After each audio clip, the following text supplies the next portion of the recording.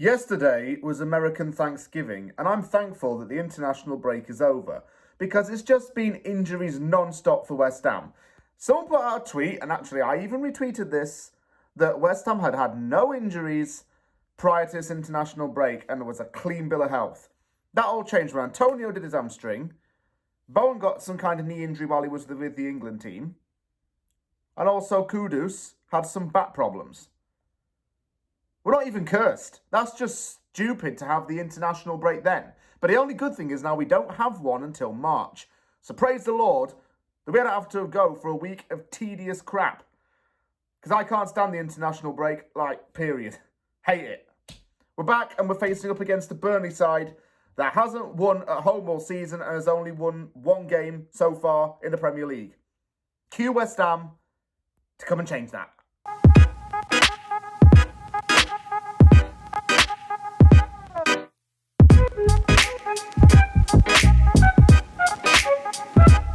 It's the Claret and Blue Derby, as someone called it on Instagram, with Burnley's Clarets playing against West Ham's Claret and Blue. We're going up against a newly promoted side that hasn't really hit the ground running at all in the Premier League, and its only win of the season came against fellow promotion side from last season, Luton Town. I think that we're going to have to certainly see how David Moyes is going to take an approach of his starting lineup in this game, because with the injuries that he's got, he's going to probably be giving a chance to Maxwell Cornet. I feel that Cornet's been frozen out for too long now, and if he gets a good run of form and gets a few goals in, he might actually show his worth. It's all really dumb nature, really. It is of dumb nature to slate Cornet and call him useless, because he did play for Burnley. We signed him from them, and he got 9 goals in 26 games for them, including many free kicks and many clinical finishes. So Maxwell Cornet is the player who can score goals. I feel if he had scored that goal against Chelsea last season and it had stood, we would have had a more confident player and things would have changed. But it is what it isn't, unfortunately, even though that pains me to say it. It probably will mean that if Bowen does not pass the fitness test, Ings or Kudus could start up top, and then probably put Paquetá as a left winger. Something's going to happen regardless. There will be changes for definite. I just don't know what Moyes is going to do for this. We've got to see how Jarrod Bowen's fitness test goes tomorrow. If he passes it, great. If there are some complications or there are some concerns, that's a worry. But according to ex-West Ham United employee, that is not serious. I'd start this video by talking about the main elephant in the room with this injury problem. And it's something that will have to be addressed tomorrow before the starting 11 is announced. As for Burnley, well, so far it's been a season of struggle. Bottom of the Premier League and struggling to find form. Vincent Kompany's first season as a Premier League manager, well, is showing how rough it's going to be. Burnley's season thus far has actually been one of quite strong difficulty. It lost its first 3 games of the season and then managed to pick up a draw against Nottingham Forest to end that rot. Since then, the team has struggled to find goals. It's not really scored much. It's only scored more than 1 goal in 2 games all season. That was in a 5-2 loss to Spurs and the 2-1 win against Luton. So this is a team that is not clinical enough and doesn't have players that can score, even though it does have a lot of wingers in its ranks that are quite good.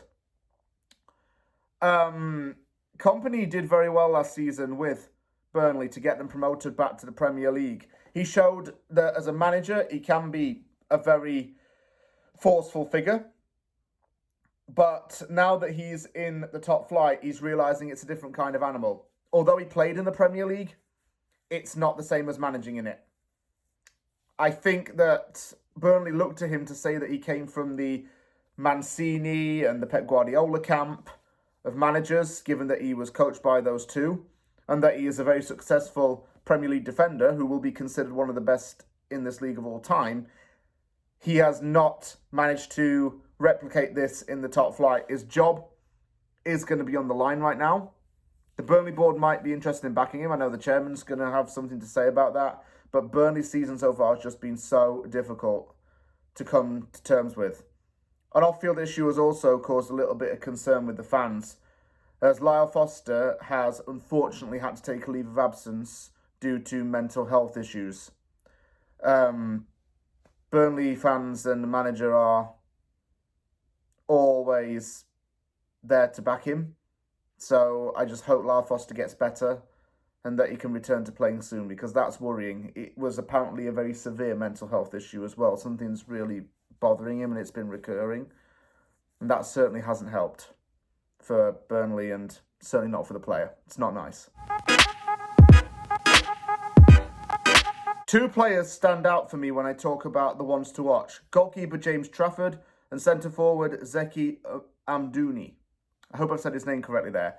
Amdouni is a Swiss player who used to play for Basel, did very well in the Swiss league, came over to Burnley and has been quite impressive. I'm impressed with his work rate, dribbling, and his ability to cut into the box. James Trafford is another player who I think is absolutely excellent, by the way. I saw him play for England in the under-21s, winning the tournament in the game against Spain. I've not forgotten about that penalty save, or even that double save that he made in the very last minute to deny Spain and win England that title. He signed over from Manchester City, and there is a buyback clause, I believe, involved in that deal. But he's a very good goalkeeper. Despite the fact that Burnley has conceded a lot of goals, I still think he's a very impressive player. Sander Berge is another player who they signed. He joined from Sheffield United for a fee of £12 million. I think he's a decent defensive midfielder, someone who was often targeted by West Ham.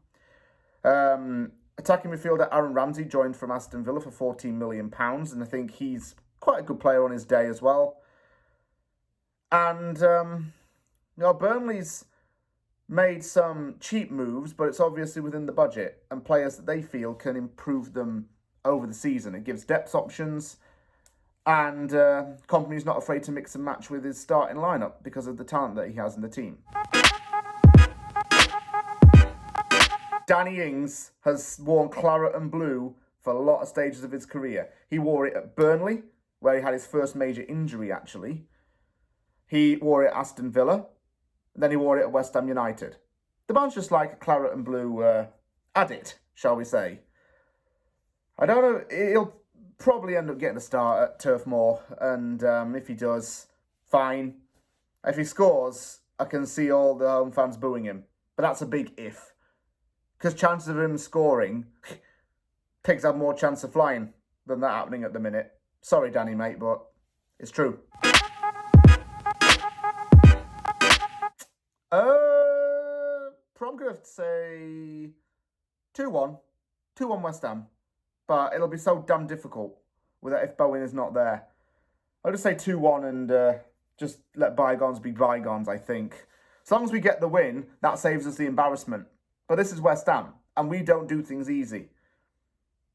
Sod's Law says that Burnley ends up beating us. Okay? It's going to happen somehow, I think. So I'm trying to reverse jinx it again and have us win. Do you know what I'm saying? Just got to win. Just don't let me down, West Ham. Okay? Don't make yourself look like a load of mugs and just win the game. For better or for worse, do it.